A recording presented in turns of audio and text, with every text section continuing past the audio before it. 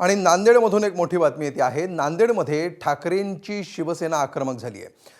खासदार नांदेडमध्ये दाखल होताच नांदेडमध्ये ठाकरेंच्या शिवसेनेचे कार्यकर्ते आक्रमक झाले।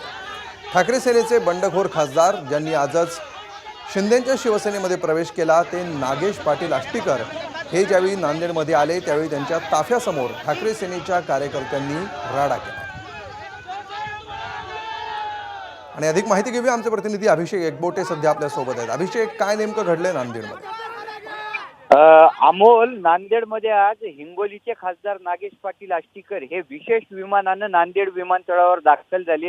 त्यांचं जंगी स्वागत या ठिकाणी करण्यात आलेलं होतं।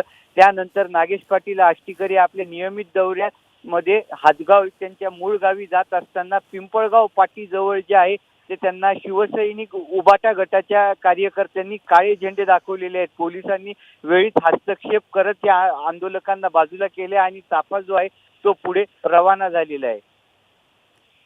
निश्चितपणे अभिषेक, ज्या प्रकारे आष्टीकरांनी हा निर्णय घेतला त्यानंतर कृष्ण आष्टीकर यांनी देखील 2 दिवसांपूर्वी आपण ठाकरेंसोबत असल्याचं म्हटलं होतं, त्यानंतर त्यांची देखील हकालपट्टी करण्यात आलेली होती। कशा प्रकारे सध्या ताकद विभागली गेली आहे किंवा कार्यकर्ते विभागले गेलेले आहेत हिंगोली मतदारसंघामध्ये?